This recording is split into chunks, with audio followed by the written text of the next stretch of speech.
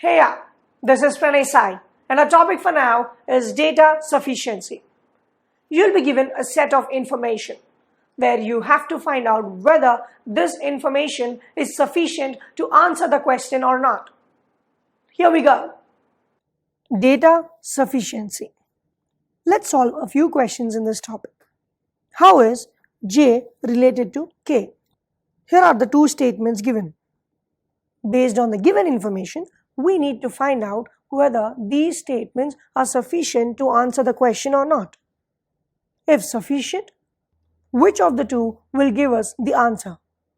Either one or two or both the statements. Let's find out. The first statement states that J's father P is brother of N. N is K's wife. Let's diagrammatically represent this. According to statement 1, J's father is P, isn't it? And P is brother of N. Yes or no? Now in the question it is given that how is J related to K? We have to find out the relationship between J and K.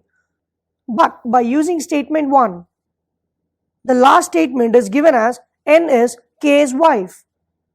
So wife of P's brother N is K. Now we have represented the statement 1 in a diagram. Now let's find out whether this information is sufficient to answer the question or not. J's father is P, P's brother is N, and N's wife is K. According to this diagram, it is important that you know the family relations. Go through the blood relations chapter which I have explained earlier. Because all the data sufficiency questions will be asked from different concepts like coding decoding, blood relations, direction sense test, ranking, time sequence test, sitting arrangement and puzzles, arithmetical reasoning and mathematical operations. All these together they will be asked in the data sufficiency questions.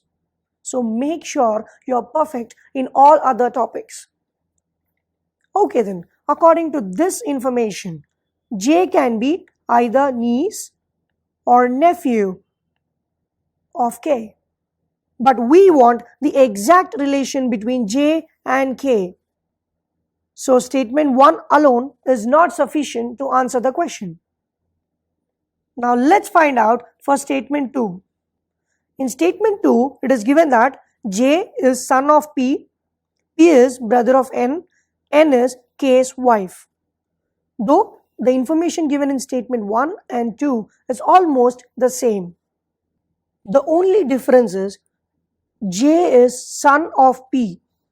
It is clearly mentioned that J is son of P, but in the first statement this is not given. That is the only difference between statement 1 and 2.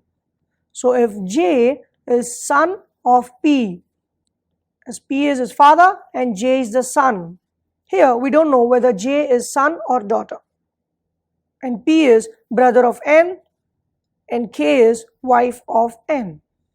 Now we can say that J is nephew of K. Therefore, among 1 and 2 statements, only statement 2 is sufficient to answer the question. Therefore, the answer is second statement. This is how you solve the data sufficiency questions. Let's solve a couple more questions. P, Q, R, S and T are seated around a circular table facing the center such that there is equal space between each of the adjacent members. Who sits to the immediate right of T? This is the question. We need to find out who sits to the immediate right of T. And these are the two statements. Based on this information, we'll find out the answer. According to the first statement, Q sits second to the right of T and S sits second to the left of T. P, Q, R, S and T. There are totally 5 members. And here is the circular table. Let's assume there are 5 members sitting around the circular table. According to statement 1, Q sits second to the right of T. Let's assume T sits here, Q is sitting second to the right of T. So leaving one place, Q might be sitting here. And S sits second to the left of T. So second to the left of T is, if you leave this place, S will be sitting here. So this is the information given in statement 1. But in the question, who sits to the immediate right of T? He's asking who is sitting in this place. But according to statement 1, we cannot figure out who is sitting to the immediate right of T. Now then, let's find out information in statement 2. R is not an immediate neighbor of either P and Q. Let's assume T is sitting here. We don't know who is sitting immediate right to T. Q is here. S is here. And there's another place left over here. According to statement 2, R is not an immediate neighbor of either P and Q. If R is not an immediate neighbor of Q, it should not be either here or here. So definitely his position will be here. Then what is the other position left? It's obviously this one. Therefore, P is here. Now then, let's look into the question. Who sits to the immediate right of T? The person sitting to the immediate right of T is P. So in this question, statement 1 and 2 are required to get the solution. Here is another one. How will watch be coded in the code language? Here are the two statements given. According to statement 1, in that code language, peril is coded as QFQJM. This data sufficiency question is a problem from coding decoding. To understand this, you need to understand the coding decoding concept. Clear? Now let's solve this. Peril is coded as QFQJM.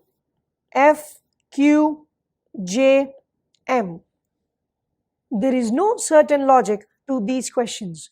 It is important that you be familiar with the positions of alphabets, the increment and decrement of alphabets. Clear? As peril is coded as QFQJM. If you observe clearly, the next letter of P is Q, so +1.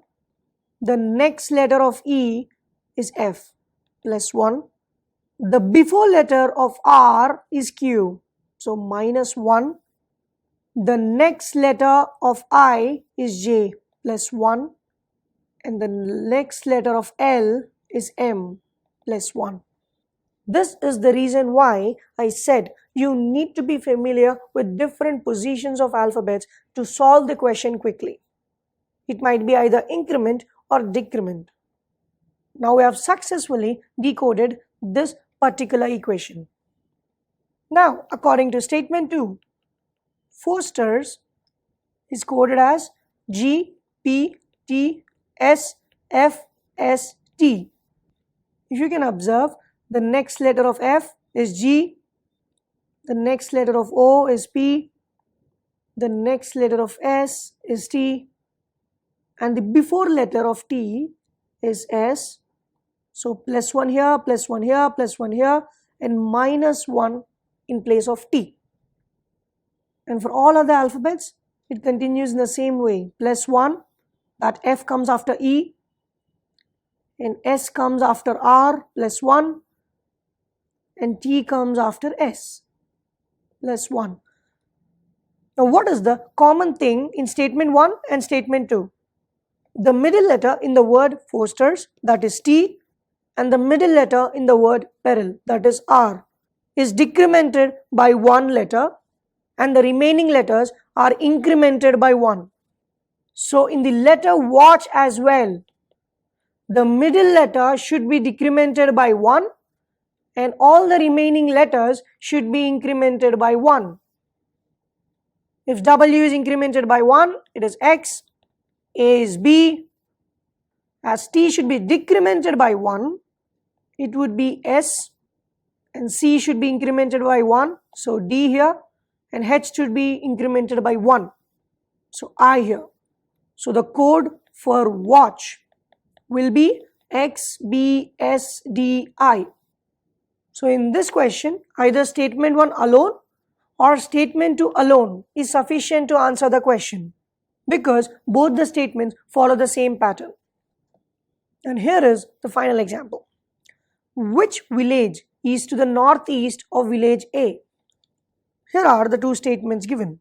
Village B is to the north of village A. Villages C and D are to the east and west of village B respectively. According to statement 1, he is saying that village B is to the north of village A. We all might be aware of the directions. This is north, this is south, this is east, this is west, this will be northwest, and this will be northeast, this will be southwest, and this is southeast. Like what I said earlier, these are concepts from other topics in mental ability. It is important that you gain knowledge in all the topics of mental ability before you solve the data sufficiency questions. So village B is to the north of village A in the north direction, and villages C and D are to the east and west of village B. So towards the east it is village C, and towards the west it is village D. Now according to the question, which village is to the northeast of village A? So northeast in this direction, and the village which lies to the northeast of village A is none other than C. Therefore, statement 1 alone is sufficient to answer the given question. This is how you solve the data sufficiency questions. Hope you had understood this.